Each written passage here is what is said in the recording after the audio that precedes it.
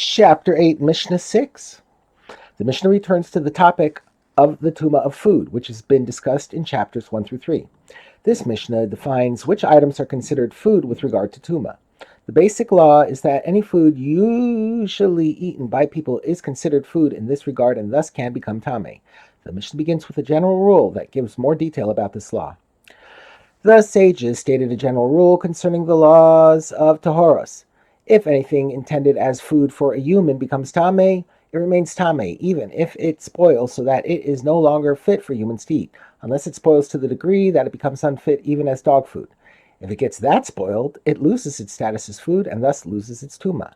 However, anything that is not intended as food for a human is tahor, that is, it cannot become tameh, even if it is fit for dog food. In other words, an item fit only for animals to eat is not considered food and thus cannot become tameh. However, once an item of food is tameh, it does not lose its status as food unless it spoils so much that even a dog will not eat it. If it spoils to the degree that a human will not eat it, but a dog will eat it, it is still considered food. And an item unfit for humans cannot become tameh unless someone designates it for a human to eat. Although a food item unfit for humans is not generally considered a food, it can gain the status of food if someone designates it to eat. The Mishnah gives an example of the last case, a food not suitable for humans that was designated for human consumption. How so?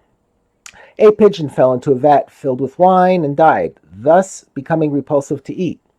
If someone intended to lift it out of the vat and give it to an idolater to eat, it is tameh because his intention gives it the status of food. However, if he intended to give the pigeon to a dog, it is tahor because it is not considered food. Another opinion. Rabbi Yochanan ben Nuri rules such a pigeon tameh, even where one intended to give it to a dog.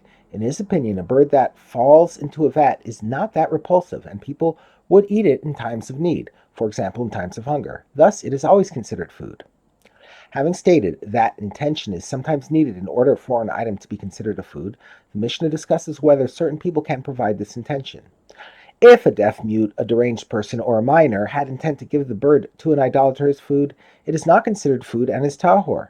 But if any of these three lifted the bird out of the vat to give it to an idolater to eat, it is considered food and is tameh. The Mishnah gives the reason for the above law. For these three have the power to change the status of food through an action, but they do not have the power to change its status through mere intention because they are not considered mentally incompetent for legal matters.